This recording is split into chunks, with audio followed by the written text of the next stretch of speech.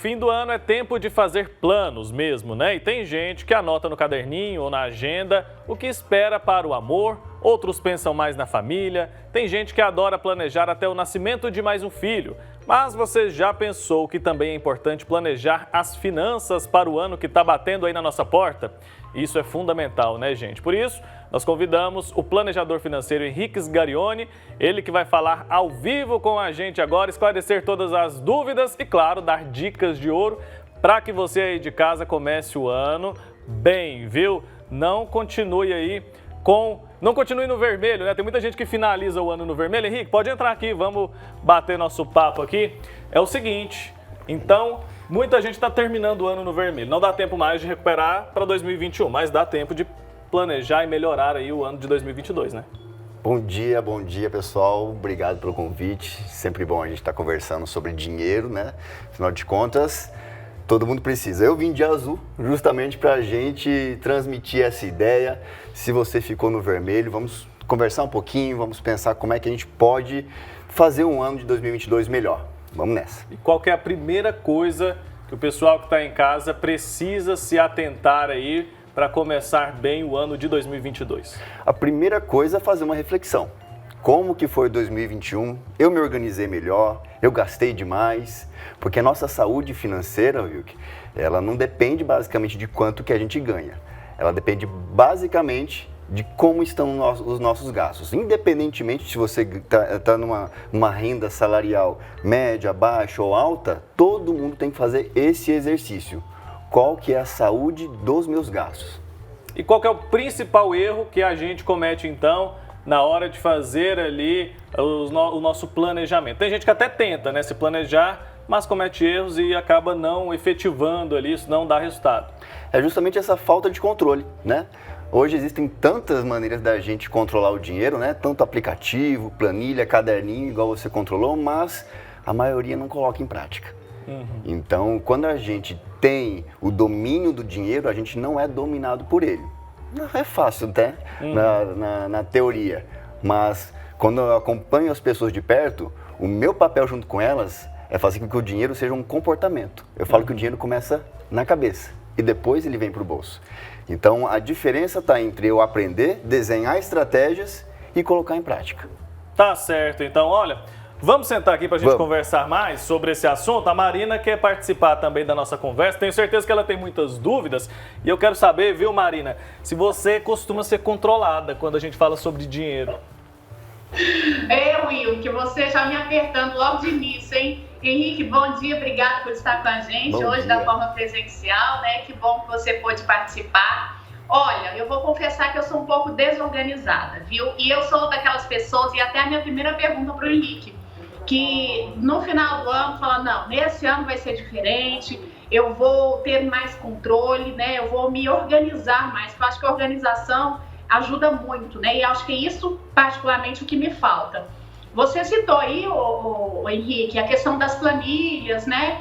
Tem muita gente, até a gente tem um público um pouco mais velho, que às vezes não é tão, tem tanta facilidade assim de ter planilhas, mas pode ser naquele caderninho também. O importante é ter esse controle. Qual a forma mais simples de você fazer essas anotações para tentar ser uma pessoa mais organizada financeiramente? Oi, Marina, olha, com certeza o que a gente não pode deixar de fazer é ter um controle. Se a gente acreditar que a gente vai controlar tudo apenas na cabeça, de fato a gente vai perder o controle. Então, se você usa planilha, se você usa um caderninho, o importante é você ter alguma maneira, alguma ferramenta para que você se lembre e saiba quanto de dinheiro vai entrar, quanto de dinheiro vai sair, se vai ter um dinheiro que vai sobrar, principalmente quanto de dinheiro eu vou precisar nos meus objetivos. Se a gente começar a fazer um planejamento com muita coisa, com muito detalhe, confesso que às vezes dá uma preguiça e a gente deixa para depois, e aí não pode. Então o que a gente tem que fazer de fato é primeiro pensar no próximo mês. Depois a gente aumenta para os 6 meses. Eu costumo sugerir para as pessoas que eu atendo sempre o próximo ano, os próximos 12 meses. Mas para que não fique parecendo tão longe, a gente juntos, a gente planeja o próximo mês, os próximos 6 meses, se eu tenho dívidas, se eu tenho algum objetivo, alguma viagem, algum presente, enfim. O que a gente tem que colocar no papel mesmo é o básico. O dinheiro que entra, o dinheiro que sai e para que eu vou precisar do dinheiro mais para frente. O importante é controlar. E a gente, quando fala sobre esse assunto, né, surge sempre a palavra prioridade. Só que cada pessoa tem ali a sua prioridade, né? Como é que eu sei o que eu posso abrir mão, do que eu posso abrir mão ou não? Ótimo. Quando a gente vai pensar nos gastos, é muito comum a gente falar assim, poxa vida, mas às vezes, viu, que eu não vejo que o dinheiro sobra, né? E eu sempre falo que tem uma fórmula. A fórmula básica, na vida de todo mundo. Entra o dinheiro, eu tenho os gastos e se talvez tiver sobras, eu guardo. Jogo para poupança, para quem está um pouco mais familiarizado, investe, né? O problema tá quando as pessoas falam que, caramba, eu não vejo essa partezinha aqui, olha, eu não vejo as sobras. E aí eu faço a pergunta, será que nos teus gastos não está a junção daqueles gastos essenciais e os gastos não essenciais? Gastos essenciais são aqueles que faça chuva, faça sol, tem que pagar. Moradia, alimentação, que mais que a gente pode considerar? Saúde, claro, educação. Então, a partir daí, a gente vai começar a definir um controle, vou mostrar já aqui, como que a gente pode fazer essa definição. É aquilo que eu consigo passar um mês sem ter que pagar aquilo, e tem aqueles gastos que eu considero até média prioridade. Se eu me apertar, eu consigo diminuir ou segurar um pouco por alguns meses esses gastos. Então, todo mundo tem aqueles gastos que são necessários, aqueles gastos que eu poderia deixar para depois, e aqueles gastos que eu posso manter, mas eu posso diminuir. Agora, como que a gente vai fazer isso? Se eu planejar e colocar no papel. Eu vejo muita gente que tem dúvida na hora de calcular ali a questão do transporte, né? Acho que esse é um grande gargalo ali do dinheiro de várias famílias, né? Às vezes a pessoa tem 2 carros ali, tem uma esposa, 2 filhos, e aí tem 2, 3 carros em casa, paga prestação, combustível, IPVA, a gente sabe que tudo isso é muito caro. E eu vejo que ali vai parte da renda. Tem como a gente pensar em alternativas, pensar em melhorar ali e economizar nesse ponto? Boa pergunta. Não apenas nesse ponto. Está tudo ficando tão caro, né? Culpa de quem? Da inflação. Então, infelizmente, além do transporte, a alimentação cara, saúde cara, educação. Então, o que a gente tem que fazer é pensar em alternativas. Na questão do transporte, apesar, né, de estarmos num momento de pandemia, talvez você compartilhar transporte com pessoa da mesma família. Às vezes uma família está com 2 carros e talvez poderia vender um carro, ficar com um carro só. Eu atendi um casal de clientes nesse sentido ainda ontem. Então, eles estavam com 2 carros, faziam o mesmo trajeto, decidiram, mas está certo que não é tão fácil você decidir abrir mão de um bem, né?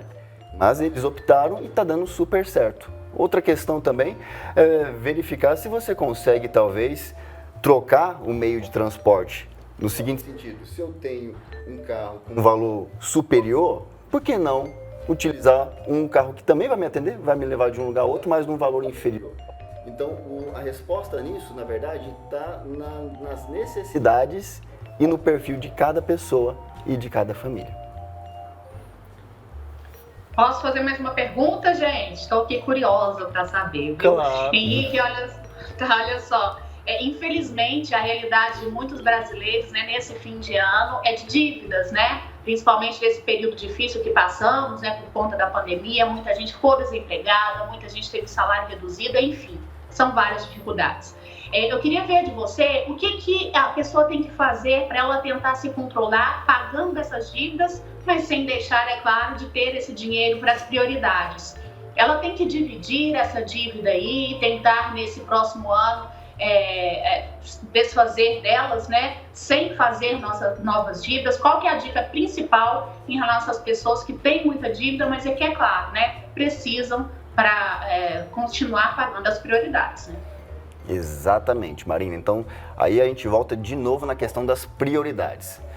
Com certeza, as pessoas que têm dívidas hoje, elas têm ansiedade. Então, vocês percebam que, novamente, o dinheiro ele é comportamental e depois ele mexe no bolso. Então, a falta da pessoa, a pessoa que não tem uma reserva financeira, a pessoa que tem dívidas, essa pessoa, emocionalmente, ela acaba em algum momento ficando fragilizada. Então, se a gente pensar em prioridades, a nossa saúde emocional tem que ser sempre prioridade e o dinheiro tem que servir para isso.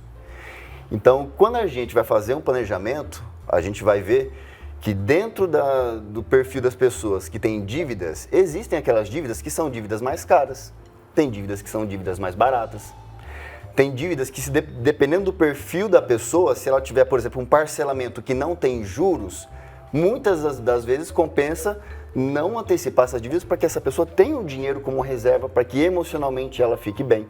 Então, a primeira coisa, as pessoas que têm dívidas, elas têm que verificar qual que é o preço dessa dívida.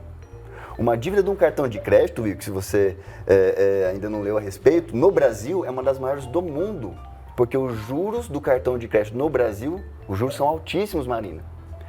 Os juros de um consignado já são juros menores. Os juros de um empréstimo pessoal depende do relacionamento que a pessoa tem com o banco. Então você percebe que às vezes a pessoa está numa dívida tão grande no cartão de crédito, com juros tão grandes, que essa pessoa ela pode trocar uma dívida cara dessa por uma dívida barata. Seria então pegar um empréstimo, às vezes, né? Um exemplo, claro.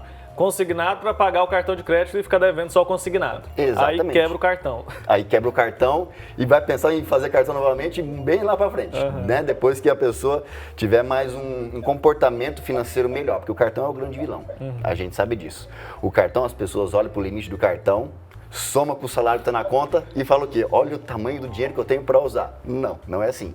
Os bancos adoram que a gente pense assim, mas não é assim.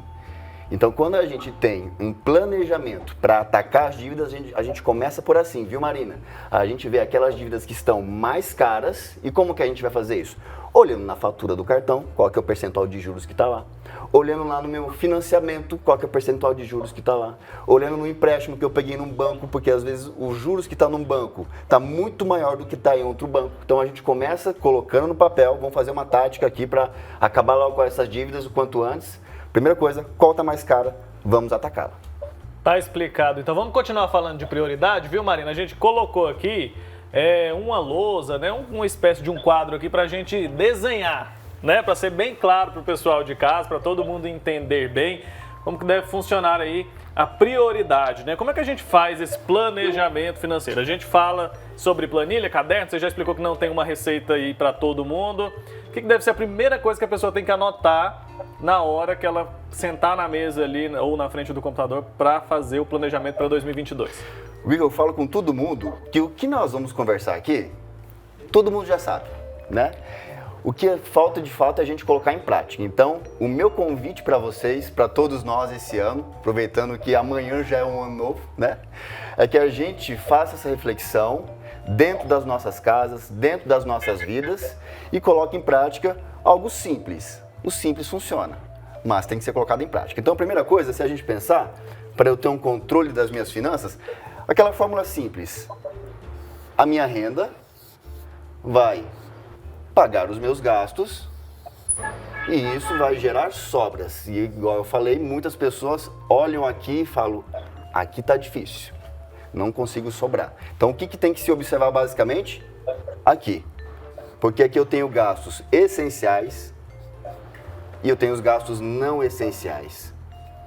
Então a primeira coisa é a reflexão do dinheiro que eu gasto, o que de fato, o que eu preciso pagar e o que eu não preciso pagar. Dentro dos gastos, ainda a gente coloca as dívidas. A pergunta da Marina foi importantíssima, porque a maioria das pessoas que têm dívidas, elas querem acabar logo com isso. Então, renda menos gastos geram as sobras. Como é que a gente entende isso no mês a mês? Muito simples, ó. No mês 1, no caso agora janeiro, a gente vai fazer esse exercício. Então, na primeira folha do seu caderno, na primeira parte do seu caderno, você vai colocar todo o dinheiro que vai entrar, ó, o dinheiro que vai entrar. Então, que seja um salário, que seja um 13º, um bônus. Principalmente, importante a gente pensar também, eu consigo providenciar renda extra? Será que eu não tenho uma habilidade de fazer um brigadeiro para vender? Será que eu não tenho alguma coisa dentro da minha casa que eu não tenho utilidade e eu possa vender? Nesse momento, ainda mais no início do ano, é importantíssimo, porque tem contas de início do ano que vão aparecer. Então, toda a renda que a gente puder considerar que vai entrar, a gente coloca aqui, tá bom? Aí você vai passar uma linha e você vai colocar o valor total aqui, ó. Qual que é o valor total que eu vou ter de dinheiro no mês 1? Pronto. Você já sabe que nos próximos 30 dias, esse é o principal combustível que vai entrar. E aí agora vamos para a parte mais detalhada. Então, quando a gente vai pensar nos gastos, pode dividir, tá, gente? Ó, primeiro, os gastos essenciais. Você vai colocar tudo aquilo que você precisa mesmo pagar, gastar. Começando com moradia. Então, aqui você vai colocar a moradia, a alimentação, a saúde, a educação, aquilo que você considera prioridade. Até mesmo porque existem prioridades para umas pessoas que são diferentes para outras. Eu vou te dar um exemplo meu. Eu estava falando com um cliente e para ele é importantíssimo ter internet dentro de casa. Então, internet. Por quê? Porque ele faz muito home office. Eu não tenho internet dentro da minha casa. Quando ele falou para mim, quando eu falei isso para ele, cara, não, como pode, Henrique? Eu falei, pois é, eu vou para casa basicamente apenas para dormir, então não tenho internet. Para mim, internet na minha casa não é prioridade. Então você percebe que cada pessoa vai definir o seu nível de prioridade do que é essencial e do que é não essencial. Importante, você vai somar o valor de tudo que é essencial. E a partir de agora, uma palavra que a gente conhece. O que é essencial para mim é custo fixo. O que é não essencial é custo variável. Eu posso, mês que vem, segurar um pouco e não ter esse gasto. Então, o detalhamento, a análise que as pessoas fazem do que ela gasta, você percebe que muitas vezes, na maioria delas, é mais importante do valor que entra.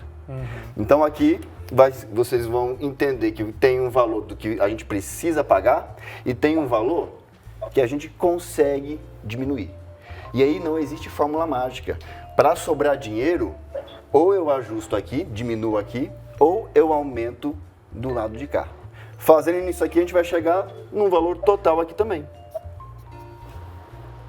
Total de dinheiro que vai entrar nos próximos dias, total de dinheiro que vai sair dos próximos 30 dias, mas aqui agora a gente vai entender que quando eu pego esse total menos esse, a ideia é que eu esteja positivo.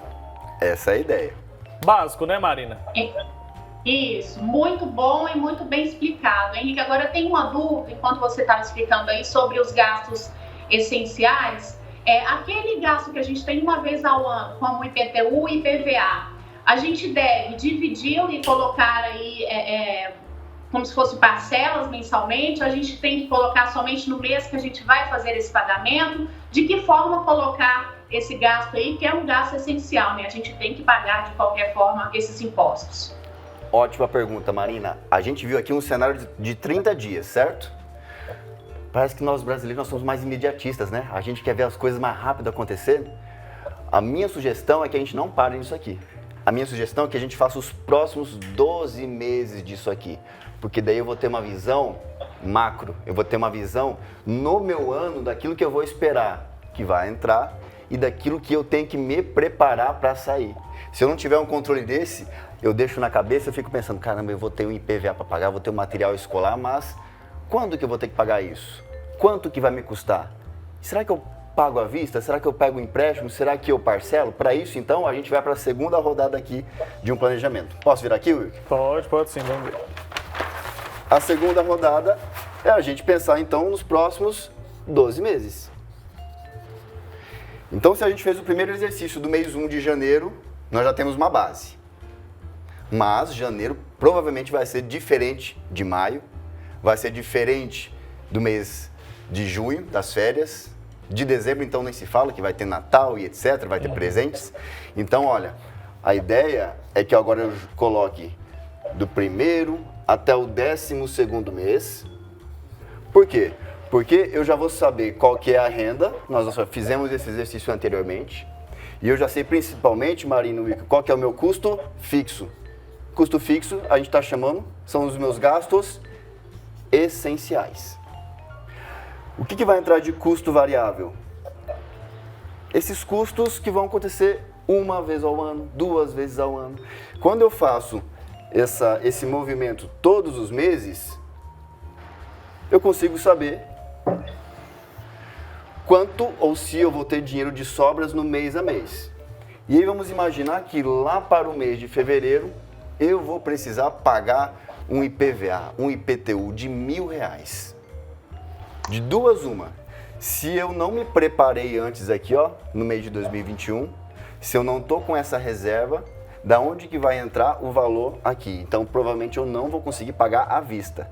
E aí o que eu faço, Marina? Eu vou no meu planejamento de 12 meses e dentro dos meus custos eu coloco, por exemplo, a partir do 13º mês, do terceiro mês, que eu vou dividir meu IPVA em 4 parcelas. Então, eu já vou planejar no meu terceiro mês, por exemplo, um IPVA, e eu coloco o custo dele aqui, um IPVA e um IPVA, por exemplo, tá? Quando a gente vai vendo, a ideia com isso aqui é eu tirar literalmente, viu, que uma foto das minhas finanças em 2022. E eu sabendo que no primeiro mês eu vou conseguir guardar tanto de dinheiro. Eu saber que lá no meu terceiro mês eu vou começar a pagar uma parcela. E como é que eu vou me preparar para isso? Eu já consigo guardar se eu tiver um planejamento. Acontece, Marina, que se as pessoas elas não fazem um planejamento e não sabem quando nem quanto elas vão precisar, sabe o que elas vão fazer com esse dinheiro aqui? Elas vão dar um destino que é muito fácil. A todo momento, a toda hora, nós somos bombardeados para gastar o dinheiro. Então, se eu não tenho propósito, metas, objetivos, eu crio um objetivo para ele agora. Então, a ideia do planejamento é começar no primeiro mês, mas visualizá-lo pelos próximos 12 meses. Mas e aquela pessoa, Henrique, que não tem isso aqui fixo, né? A renda dela varia muito. O que ela tem que fazer? Como fazer esse planejamento tão detalhado? Autônomos, né? Exatamente. Vendedores, dentistas, nutricionistas, pessoas que não têm uma base, um salário fixo. Essas pessoas, Vika, o ponto de atenção delas está basicamente aqui, ó, nesse custo que varia. Porque mesmo que ela não saiba quanto que ela vai ganhar, quanto que ela vai entrar de renda, nós temos uma base de quanto a gente precisa de forma essencial. Então essa pessoa, a primeira, vamos dizer assim, a primeira tarefa dela é encontrar isso aqui, ó, que nós vimos aqui na página anterior. Agora, quando a gente vem para cá, o que a gente pode considerar é uma média. Vamos ver os últimos 6 meses, vamos ver a média que essa pessoa teve de renda. E dentro dessa média, a gente coloca aqui. É claro que alguns meses pode acontecer de entrar um dinheiro a mais, em alguns meses pode acontecer de entrar um dinheiro a menos, mas lembra que a nossa saúde financeira está onde? Nos nossos gastos. Se eu sei nos próximos 12 meses qual que é o meu custo essencial, eu não vou ser pego desprevenido. Entendeu? Tá explicado, né, Marina? Super explicado, eu acho que a gente conseguiu visualizar e a gente, interessante, né, que o Henrique foi explicando de uma forma que pessoas de diversos perfis conseguem seguir, né, o Henrique, porque todo mundo tem uma renda, né, é claro que a gente deseja isso, né, tem pessoas que têm algum período que não tem, mas se Deus quiser vão logo se recuperar. Mas esses 3 quesitos aí, todos têm, né, e a gente deve dar atenção para os 3, independente do perfil que a gente está vivendo, né? Muito legal e eu acho que foi bem esclarecedor, dá para a gente começar assim, viu, Wilker? Eu estava precisando de uma organização, de uma luz, vou fazer essa tabelinha aí para mim já agora, para esses primeiros dias do mês já. Com certeza. Agora eu fiquei com uma dúvida, viu, Marina, que eu quero esclarecer, porque você falou sobre alimentação. A alimentação acho que é prioridade para todo mundo, acho que ninguém vai discordar disso, né?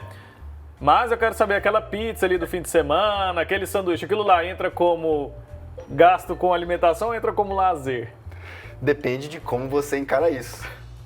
Eu estava falando com uma pessoa justamente esses dias que ela gasta muito no iFood.